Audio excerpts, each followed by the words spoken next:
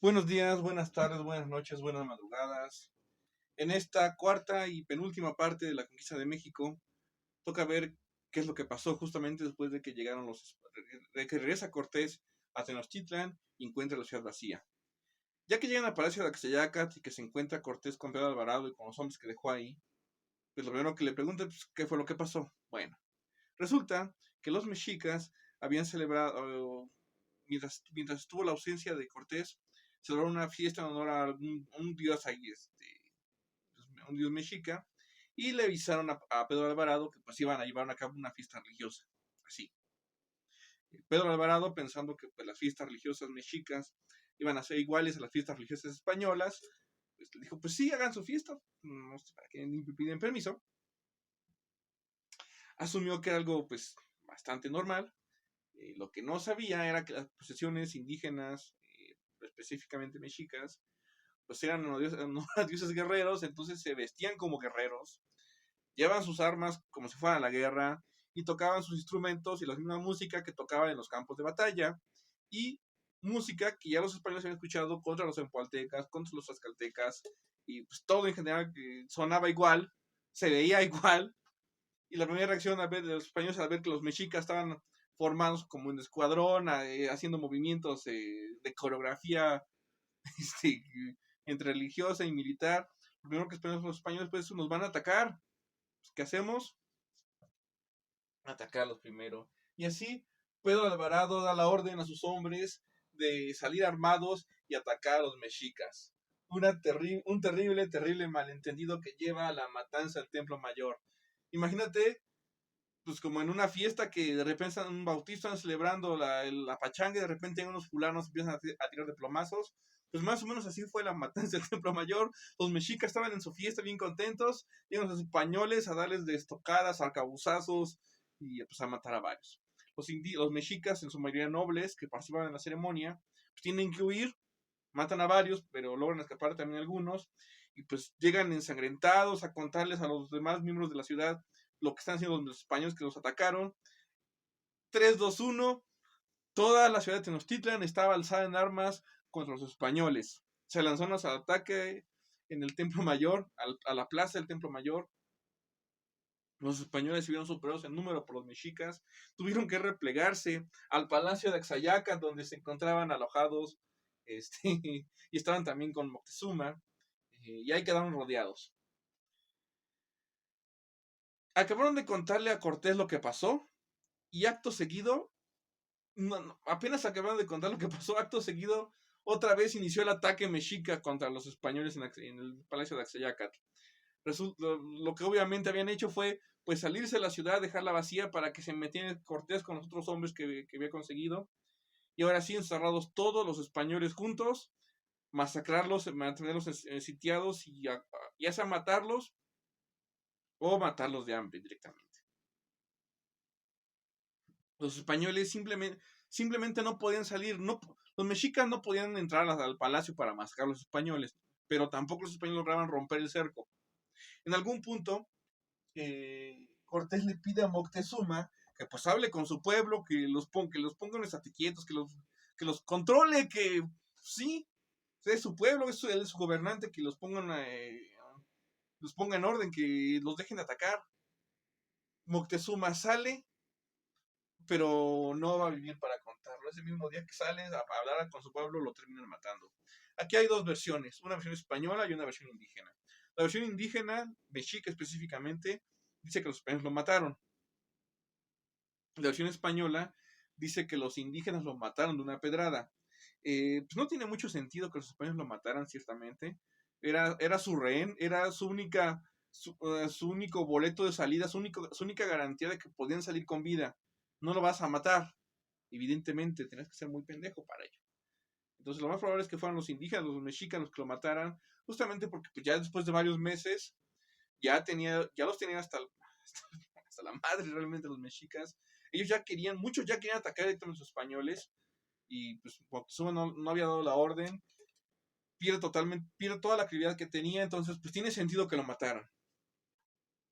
Entonces los españoles se quedan sin su único rehén para alcanzar a escapar. Tienen consigo mucho botín, tienen consigo a varias mujeres indígenas, tanto zempoaltecas, tanto tlaxcaltecas como mexicas. Varias incluso ya van embarazadas, obviamente, haz de cuenta como el CONALEP, igual. Sí te las dan para... ¿Qué más vas a hacer con ellas? Entonces ya varias iban incluso embarazadas, y los españoles no pueden salir, simplemente no pueden romper el cerco. Entonces deciden organizar una salida nocturna. Se preparan, juntan todo el botín que llevan, preparan las mujeres que van con ellos. A los cascos de los caballos, por ejemplo, los envuelven en bolas de trapos para que cuando salgan los caballos pues no hagan ruido o hagan muy poco ruido. Salen durante la noche de la ciudad. De hecho, la ciudad estaba más o menos distribuida de la siguiente manera. Está el lago, bueno, más o menos así. Tiene la ciudad de Tenochtitlan en el centro y había 3 calzadas. Una calzada norte, una calzada oeste y una calzada sur. El plan de los españoles era escapar por la calzada norte, que era la más corta. Ya habían organizado todo, iban iban a la mitad de camino para llegar a la primera calzada. Pero en ese momento, no sé a quién se le ocurre lavar a las 2, 3 de la mañana. No sé quién lo hace. Pero una señora mexica había salido a lavar su ropa a las 2, 3 de la madrugada. Y mientras estaba lavando su ropa, pues empezó a ver unas sombras a lo lejos, sombras de hombres, sombras de caballos, y dio el grito del aviso a todos los mexicas: los españoles tratan de escapar de la ciudad. 3, 2, 1, toda la ciudad hervía de guerreros mexicas atacando a los españoles, y no solamente los guerreros mexicas, no solamente los hombres, sino que además, desde las azoteas, mujeres y niños les arrojaban de cosas a los españoles, pedradas, flechas, lo que tuvieran. Los españoles, de noche, en una ciudad que no conocían, atacados bajo presión constante de los mexicas, se terminan desorganizando. Y algunos logran alcanzar a escapar por la calzada norte, pero otros incluso se regresan al palacio de Axayacat, otros intentaron por la calzada oeste, unos incluso por la calzada sur, otros incluso trataron de nadar. Fue un caos. Así. Muchos de los hombres de Cortés mueren o son capturados en esta noche triste, definitivamente tristísima para ellos. Piensa que unos, por ejemplo, pues están confundidos en la medio de la noche, se pierden y terminan en una emboscada, terminan en lugar de escapar de los mexicas, terminan metiéndose más a la boca del lobo, que es justamente lo que pasa con los que llegan o buscan regresar al palacio de Axayacat. Otros, pues se buscan aferrar al botín, buscan quedarse con lo que han conseguido, y en lugar de soltarlo, tratan de escapar con él en una ciudad que es básicamente agua. Saltan al lago, muchos no saben nadar, y algunos, aunque sepan nadar, pues está el peso del botín que llevan y encima sus armas, que se ahogan. Otros, pues igual sueltan el botín, pero llevan consigo a alguna mujer indígena que ya le dieron como esposa, y ni modo de que la abandonen ahí. Entonces, pues las que ya van embarazadas, si ya llevan varios meses de embarazo, pues ya no se mueven tan rápido, y eso provoca que varios españoles sean finalmente capturados por los mexicas. Muy pocos españoles logran escapar. Los que logran escapar son aquellos que o llevan una mujer que consigo, que todavía alcanzó a correr bastante rápido. Son aquellos que soltaron el botín y prefirieron salvarse a ellos, llevar únicamente sus armas consigo y abrirse paso a punta de trancazos. Como recordarán, Cortés llevaba cerca de 500 hombres al inicio, más los que le llevó Pánfilo de Narváez sin querer, pues ya habían sumado unos 2.500. Tenía 2.500 hombres antes de la noche triste. Cuando por fin al amanecer del siguiente día, pues logran escapar muy poquitos. De hecho, Cortés logra salir con apenas un puñado de hombres, no más de 100. Logra encontrarse con ellos en la zona norte, y es cuando se sienta en este árbol a llorar. Pues básicamente ve que de 2.500 hombres que tiene, ya no llega ni a 100. Está deshecho, conserva cuando menos consigo a la Malinche, cosa importante,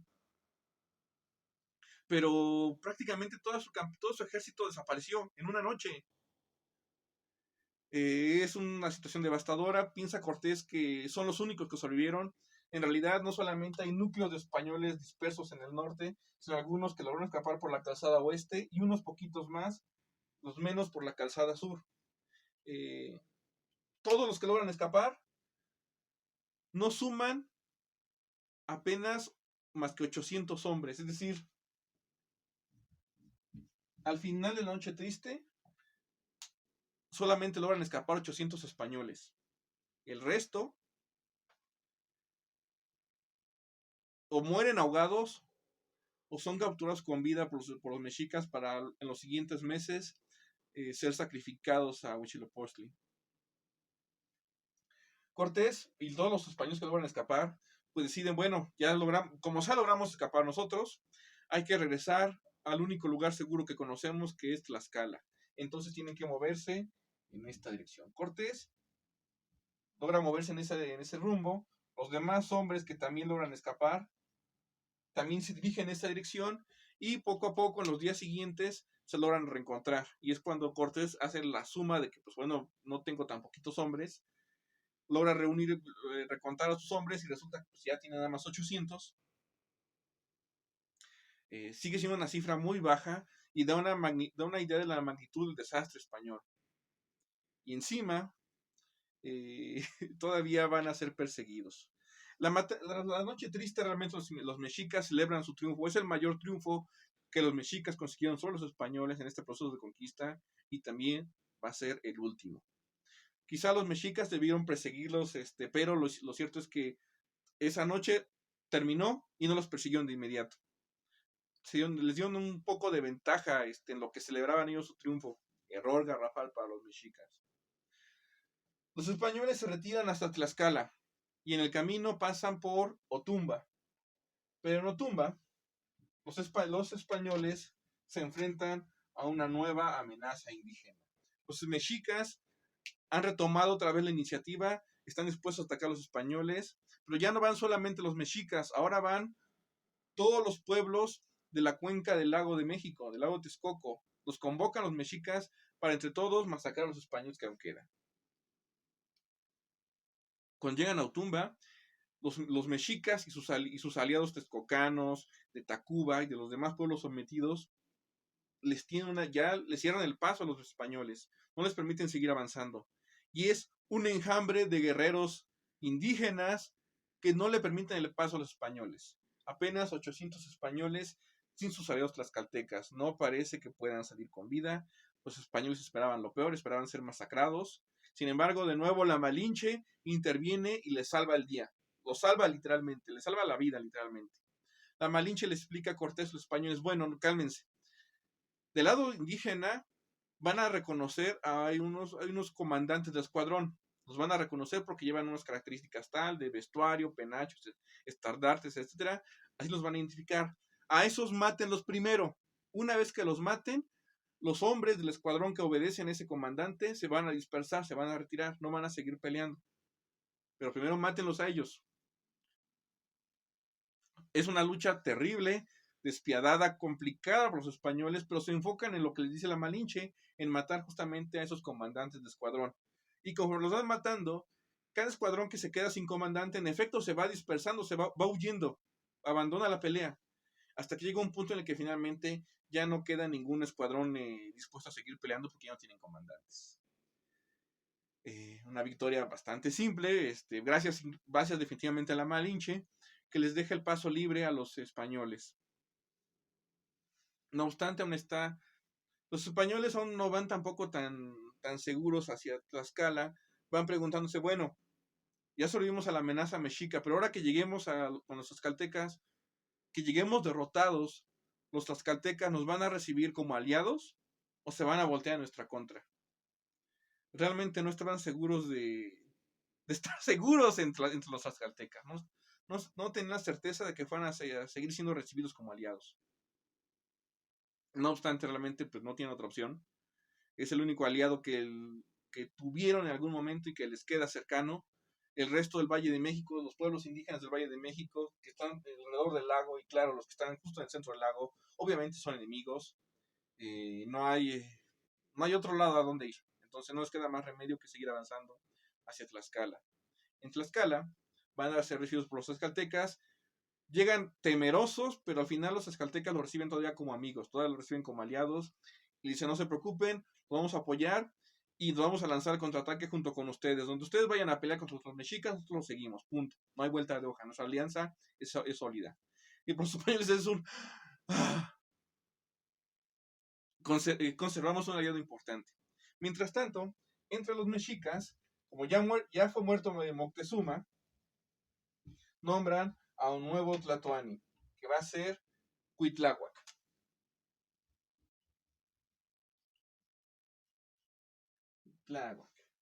Cuitláhuac es de esos pili que desde el inicio le reclamaron a Moctezuma, pues vamos a atacar de lleno a los españoles, hay que hacerles frente. Y como era el principal líder de la facción beligerante mexica, una vez muerto Moctezuma, es natural que nombren a Cuitláhuac como sucesor, como nuevo tlatoani. No obstante, no le va a durar mucho el gusto a Cuitláhuac, porque muere de viruela y va a ser reemplazado por Cuauhtémoc.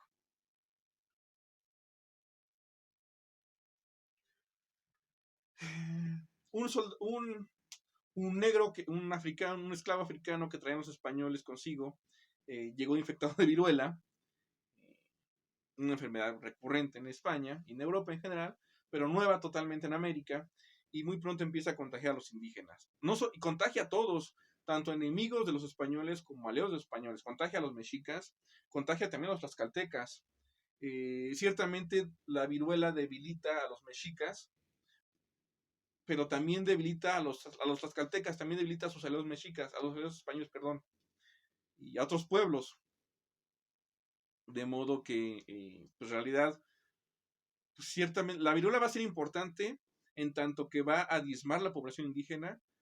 Desde un punto de vista demográfico es grave, pero como tal la viruela no incide en el desarrollo de la conquista, porque, insisto, afecta tanto a los que están del lado español como a los que están en contra de los españoles. Afecta a todos los indígenas, sin distinción. El factor aquí clave para decidir la victoria española sobre los mexicas va a ser la red de alianzas que formen los españoles con los pueblos sometidos por los indígenas, por los mexicas. Primero con los tlaxcaltecas, antes incluso con los empualtecas. Y Cortés va a decidir que antes de atacar Tenochtitlan, va a someter a los demás pueblos de la cuenca del lago, ponerlos de su lado, por las buenas o por las malas. Algunos incluso se van a ofrecer prácticamente con los españoles, nos pasamos de tu lado porque queremos también poner en su lugar a los mexicas. Otros van a tener que ser sometidos por la fuerza, pero al final también contribuyen al esfuerzo bélico contra los mexicas. Mientras tanto, mientras van sometiendo a los distintos pueblos que rodean al lago de Texcoco, los españoles van conquistando uno por uno con ayuda de sus aliados tlaxcaltecas. Mientras están haciendo eso, también los españoles empiezan a construir una serie de bergantines, 13 bergantines, para, pues como es un lago, como la ciudad de Tenochtitlan está en un lago, pues tienen que atacar también por mar. Bueno, por mar, por lago, tienen que atacar también por el agua. Entonces construyen esos bergantines, esos barquitos, los van a equipar con artillería. Aquí es importantísima la labor de los tlaxcaltecas que pues van a cortar los árboles, cortan la madera, transportan la madera desde Tlaxcala hasta la cuenca del lago y una vez ahí empezar a armar los barcos.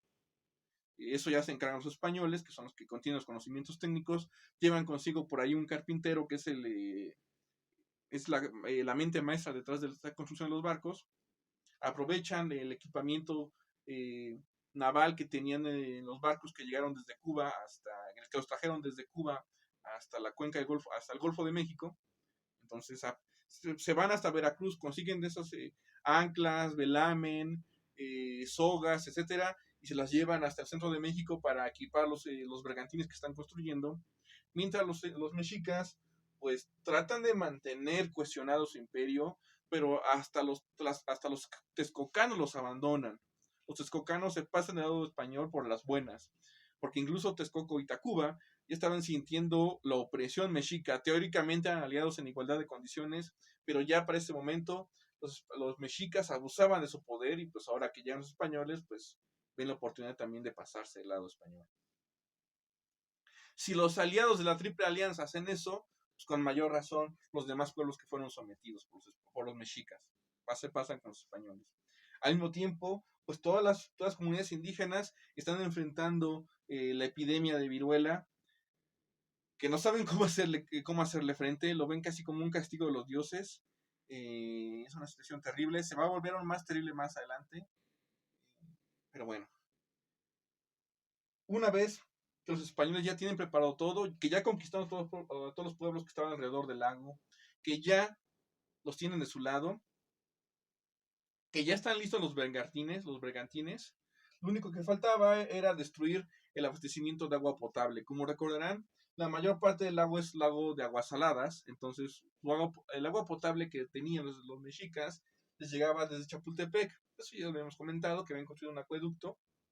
Los españoles entonces atacan a Chapultepec para destruir justamente el acueducto. Los mexicas ya sabían que eso iban a hacer, entonces tenían un destacamento de guerreros mexicas dispuestos a defender el acueducto. Llegan los españoles con apoyo tlaxcalteca, acribillan a la guarnición mexica que defiende la posición, y una vez que los acribillan, destruyen el acueducto que lleva agua potable de Chapultepec hasta la ciudad de Tenochtitlan.